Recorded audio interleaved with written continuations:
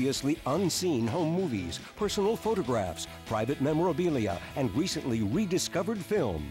This is the story of four people in an extraordinary situation. The Beatles, John, Paul, George, and Ringo. Four lads who shook the world. The Beatles. They came, they played, they recorded, they changed the face of pop culture, and they conquered the planet. And they did it all in the space of 10 short years. Rare and Unseen brings you the real events told through remarkable footage and true stories told firsthand by the people who were really there. John was a local juvenile delinquent. So it was John, Paul, George, and Colin. Because it was Elvis that really got me out of Liverpool, you know. And the boys then became the Beatles, of course. It's hard to explain to people that didn't grow up in the 60s what it was like. They only got £10 for the whole group. They were the best rock band on the planet at that very time. It was a whole new sound. Featuring rare home movie footage shot by the Fab Four themselves. Plus the earliest ever Beatles film digitally enhanced and revealed here for the first time. With fascinating and exclusive pictures you won't find elsewhere.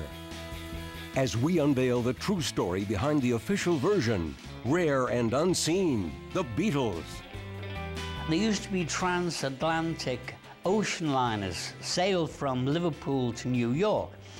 And most of the young people in Liverpool all worked on the ships. And they would come back from New York and have all these records which they'd bought. And that's how the groups got the music. Every pub in Liverpool had different music in it from all over the world. The docks were busy. All these different cultures came in. When we heard Skiffle, which was by a guy called Lonnie Donegan, we formed the Jerry Marsden Skiffle Group. John was a local juvenile delinquent. Everyone, your mum said, don't go near that boy, he's trouble. Fairly tough at school. I was always in trouble. But if I went into the tough districts and came across real teddy boys, I was in danger, you know. But I liked it, you know, being a rocker. At school it was easier because, you know, I could control them with my head, you know, so they thought I was tougher than I was. You know. They went to Quarrybank School. When John first broached the idea of a skiffle group, the Quarrymen seemed to be the name for the group. The original lineup was John Lennon, Eric Griffiths on guitar, there was Rod Davis on banjo, there was Len Gary on tea-chest bass, Pete Shotton was on washboard, and there was me on the drums. So that was the original lineup of the Quarrymen. First meeting with John and Paul was 6th of July in St. Peter's Church Hall, which is the Woolton Fete. Ivan Vaughan brought Paul to meet John because he knew that Paul was playing guitar. Paul played 20 Flight Rock on John's guitar, sort of upside down. Pete said, you know, the lads were impressed with what you did. Would you like to join the group? And Paul said yes. George must have been 3 years younger than me, I think. I mean, he was quite small. I wouldn't exactly say a scruff from speak, but he was a little bit of a teddy boy, you know. Very quiet, because he was a very young member of the band when he was invited to join the band. But just an excellent guitarist. So it was John, Paul, George and Colin. I remember we playing all the kids' clubs and all around Liverpool. We met a group called the Quarrymen Skiffle Group, which is John, Paul, George. And then we progressed from skiffle into rock and roll. Because it was Elvis that really got me out of Liverpool, you know. I turned from Jerry Marsden Skiffle Group into Jerry and the Pacemakers, and the boys then became the Beatles, of course. It's hard to explain to people that didn't grow up in the 60s what it was like because, well, you know, anybody that didn't is just getting it second hand, but when you were there, it's quite extraordinary. The original lineup in those days was John, Paul, George, Stuart Sutcliffe and Pete Best. Pete Best, he was very, very an introvert, you know, very shy, very, very retiring.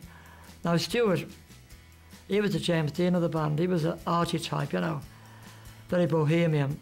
Yes, when I booked the Beatles to play at a venue, it was cash on the night. And then I used to pay them cash in the hand minus my 10%. It was all cash deals in those days. but they only got £10 for the whole group.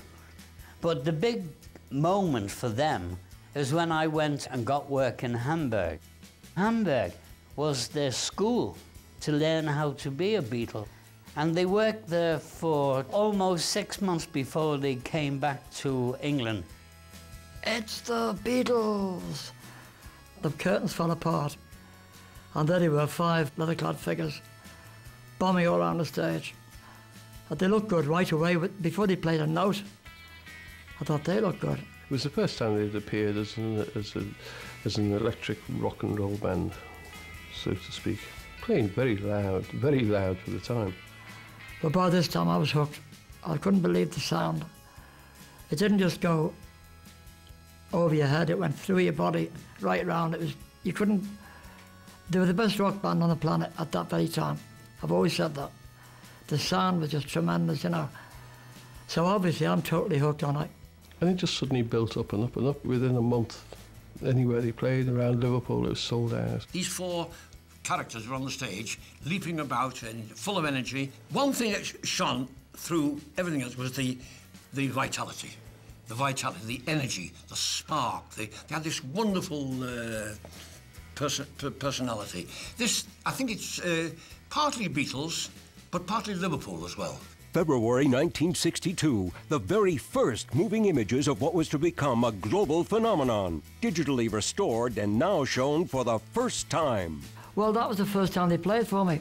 It was actually February the 14th. It was at Valentine's Day at the Casanova Club. John, Paul, George and Pete. The stage was in the corner, and it was only 6 inches off the ground, the stage. So you could barely see them at the back, you know.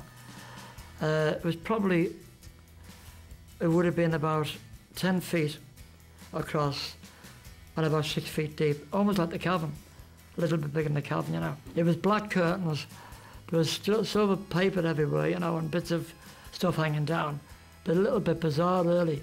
Little tiny Vox amps. You couldn't believe the sound they got out of them too, you know. The Beatles only had 3 amplifiers, a set of drums and a handful of guitars, and occasionally the little organ. That was their entire equipment. They never had a light rig or a sound system. So it wasn't bona fide rock and roll at all. It was a whole new sound with those harmonies. It was so musical. It wasn't 3-chord backbeat rock and roll at all. It wasn't skiffle at all. It was harmonic, it was melodious, very advanced musically. Suddenly they came along, you know, and it sounded so fresh. And of course, we didn't really realise it at the time, the importance of it, but they were singing their own songs. It sounded different, and you know, it was kind of a complete shake-up of the whole music world that we had been exposed to. Brian Epstein was a unique manager in the British music scene from the 60s. He came into the business from record retailing, and he was a particularly enthusiastic record retailer. Then with Epstein, he said, look, if you really want to get in these bigger places, you're going to have to change, stop eating on stage, stop swearing, stop smoking. Oh, it was a choice of making it or still eating chicken on stage, you know.